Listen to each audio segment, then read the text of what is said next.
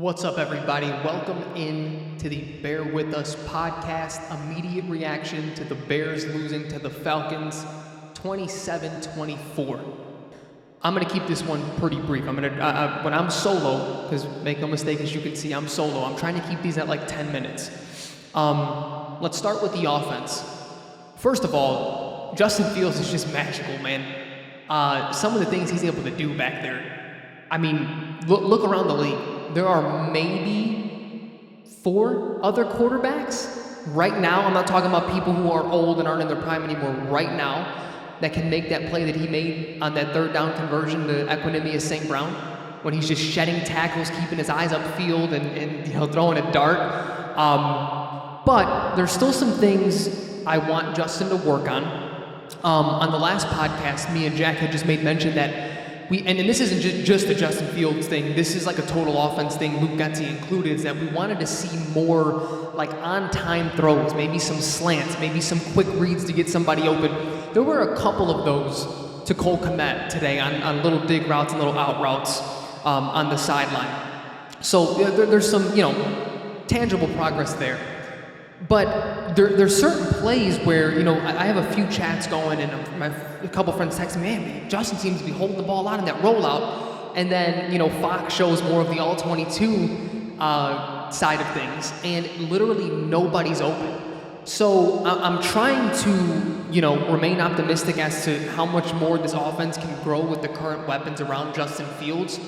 But realistically, that expectation of wanting things to be a little bit more on schedule, I think we have to temper that. Like, I don't think that's going to come this season, where there's going to be a consistent game where he's getting the ball out of his hands fast, and people are where they need to be, and people are open. Because no one can get separation on this team. Like, the only time people are open is when Luke Getsy absolutely schemes them open.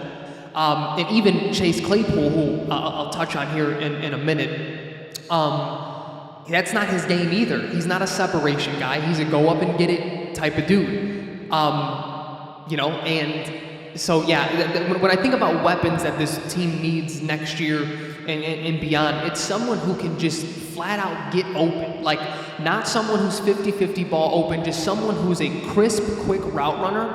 And I mean, at this point, it can be the outside or the slot. We don't have enough talent to think like, if it's the second round and he's just a slot guy. Like, no, or he's outside. We have Mooney and Claypool. No, whoever possesses that skill set, you get him on this team and you make it work. Now let's talk about Chase Claypool really quick. I continue to be disappointed, and I don't know who to be disappointed at. I don't know if it's Eberflus, I don't know if it's Getsy, a mix of both or what, but you give up a second-round pick for this guy. And, the last thing that they spoke about in regards to it is that he's still learning the playbook, he's still learning the route tree. I totally understand that. But just sheer talent, you have to be able to work something in for this guy. It's week 3 of him being a Bear. And I hearken back, we used him more. I don't know what the reps were again today. It looked, again, like maybe only 30% of the snaps he was in on. But we made him more of a focal point of the offense in the very first week that we traded for him. How is that a thing? How are we in week 3 and we don't already have, goal line plays for him?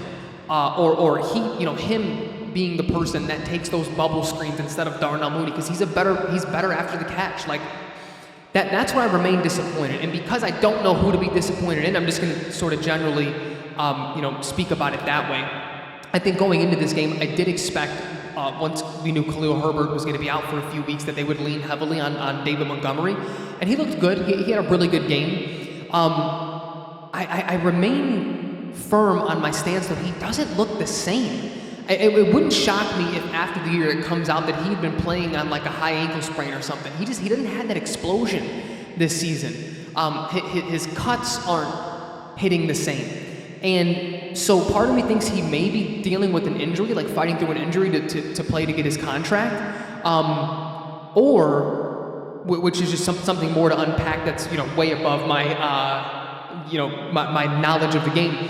People were saying going into this year that this particular running style that Luke Getsy likes in his offense is going to favor Khalil Herbert, and that has, for sure.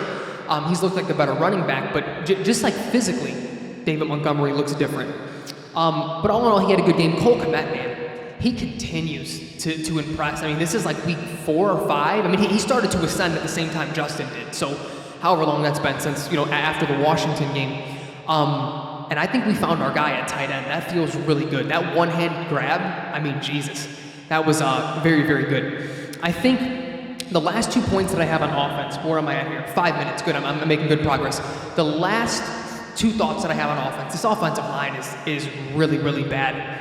Part of it was Luke Getsy's play calling, and that was my second point. I really was not a fan of Luke Getsy's play calling. I'll dive back in a little bit before I get over to the defense, but just strictly speaking, offensive line, they are awful. They shorted up in the 4th quarter, they looked a little bit better, but for 3.5 quarters, I mean, how do you get through your progressions as a quarterback when there's pressure almost immediately? And there were plays, and I think Adam Hogue was the one that tweeted this, or Johns, one of the Adams. They have 6 guys trying to block 4 rushers, and they still weren't getting it done. I don't know who Tevin Jenkins, who he fucked, on the coaching staff. Was it a daughter or a wife or something? I don't know. But why is Michael Schofield getting reps over him at right guard? Nothing about the way Michael Schofield has played. In week 1, he looked awful, and I want to say he got hurt in week 2 or around that time, and he hadn't played since. Then we've inserted Tevin Jenkins at right guard, and he has looked like the best offensive lineman on this team. Him and Cody Whitehair, and Cody had kind of a shaky game today as well. But it's like this coaching staff is looking for reasons to keep Tevin off the field. He was active today. So unless they say he was like an emergency swing tackle or swing guard type of play, there's no excuse for him to not be on the field over Michael Schofield. There just isn't. You can't tell me that there's an excuse for him to be on the bench. And this sort of goes into Luke Getsy. He did a good job of the last 4 or 5 weeks sort of scheming away this offensive line. There's only so much that he could do in that department. He's not going to be able to scheme a bad offensive line every play, every game. It is what it is. They're bad. But then you had 2 straight plays where he calls screens. And the very first play, Michael Schofield just completely let someone go past him. I don't know if it was a linebacker or one of their defensive linemen. I don't know if they ran a stunt or not. I didn't see the replay, but I get it, it's a screen. Okay, let's just chalk that one up, but then you go right back to it, and Cody Whitehair does the same exact thing. So to me, that looks like that's how you're coaching them. That's how you're coaching the offensive line.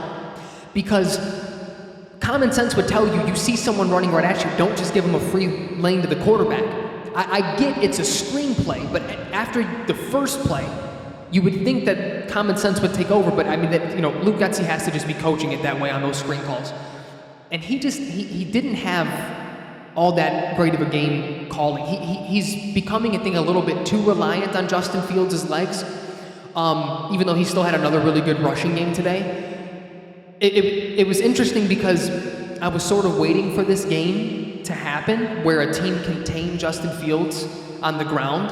I just didn't think it would be Atlanta. So I didn't make this comment before this Falcons game. But I've had this thought of like, how is this offense going to respond? How is this offense, and more specifically, how is Luke Getsy going to respond when a team does contain him? And we sort of saw it today. Like we're very reliant on Justin Fields being a magician in the backfield. Like no one really gets open, no one gets separation. And I think that leads me to the biggest place that I want Justin to improve on by the end of the year is just giving his guys more of a chance. I get guys aren't open, but just throw it up there sometimes. I mean, like the play that I have in mind is that rollout by him, rolling right, and Cole Kmet is one-on-one in the end zone. He's pretty covered, but Cole Kmet is 6'6", 6'7". Like throw it up there and let him make a play. Again, it's tough because you're still a young quarterback, and the game is super fast. So unless someone is wide open, I know young quarterbacks sort of struggle with throwing people open or throwing those 50-50 balls. But that is where I want him to really, really improve. And then that last drive, I mean, that was all Luke Getsy. You 2 straight run plays on someone who's clearly, hurt. I don't know if his shoulder, his legs didn't look the same either. I mean, come on, dude. What are we doing? It looks like I'm going to be unsuccessful with keeping it under 10, but I'm not going to go very far over 10, I promise. Going over to the defense, they can't stop a nosebleed. You look at the holes on this team and like moving forward, what they need. I'm struggling, to find someone who is like a blue chip. We can build around this guy on defense. Jalen Johnson isn't that guy. Kyler Gordon is struggling. I mean, that's putting it lightly. Jaquan Brisker looks really good, but he's a safety. You can't build around a safety. Sanborn looks like a guy that you can move forward with, and he still has a chance to prove, but I mean, he's undrafted, you know what I mean? Again, I said last week, like, if he can just be a starter next year, and we don't have to draft a middle linebacker to start, that's a win in and of itself, because you sort of kick that can down the road a little bit, and address the other needs. Justin Jones looks good, but he's not like a game wrecker. He's not like a Ndamukong Suh in his prime. That's no knock on him or any of these guys, but I'm just sort of looking around and like, where is the blue chip talent? Because you look at offense, and you're like, Darnell Mooney is a guy. He's going to start next year. Justin Fields is the guy. He's going to continue to ascend. He's going to continue to improve, and he's your quarterback. You even look at probably Tevin Jenkins, maybe Braxton Jones, and you start to squint and say, hey, we have some holes that don't need to be filled here defensively. I mean, you think about the draft, like, they can draft anybody in the first round. You would hope it would be a pass rusher if they go defense, but wow, there's so many holes. I mean, the one thing that me and Jack had said, and I'm going to walk this take back now. I don't know how Jack feels. We can talk about it on the podcast that we release on Wednesday, but we wanted Alan Williams to blitz more like he was earlier in the year. But he did that this game, in the secondary just got torched. So it's like there's a reason that he's not blitzing, and that's exactly it, because even when they were getting, a hit on Mariota, I mean, you're talking about someone being open by 5+ yards damn near every time. So, there's no pass rush.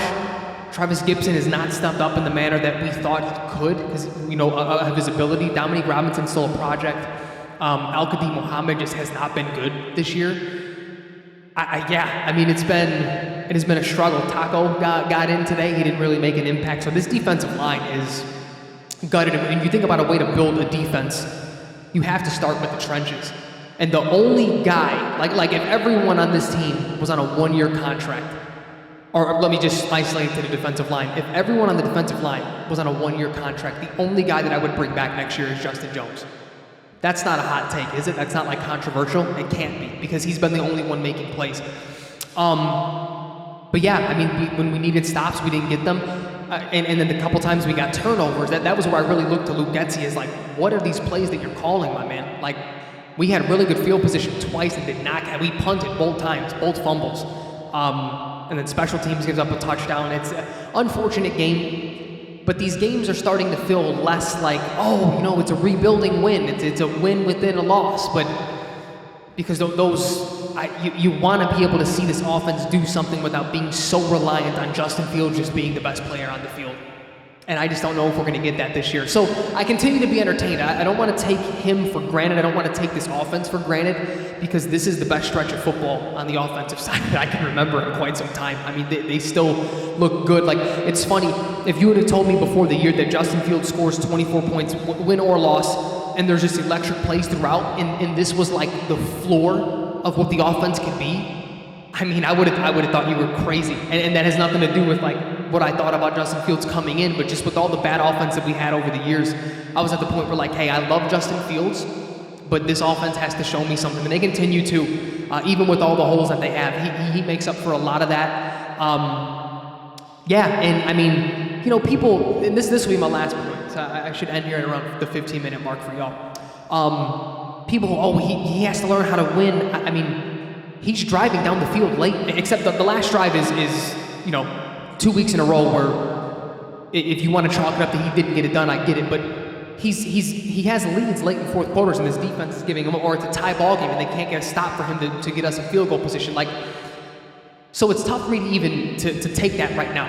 Next year, hopefully when we have a better defense, a defense that can be a little more timely, they don't have to be dominant, but just that can get some stops, then we can judge, hey, he's not closing out games correctly. It's so hard to have those types of narratives with what's around him and what this defense is. That's everything for me, though, y'all. I appreciate y'all for listening. Jack and I will be together. We're recording our podcast Tuesday. It releases on Wednesday. Go ahead and like, share, and subscribe to the YouTube channel. This is a YouTube exclusive, by the way. All the other ones, the full podcast can be heard anywhere, including YouTube. So if you like this platform, you can stay here. And I'll see y'all then. Appreciate y'all.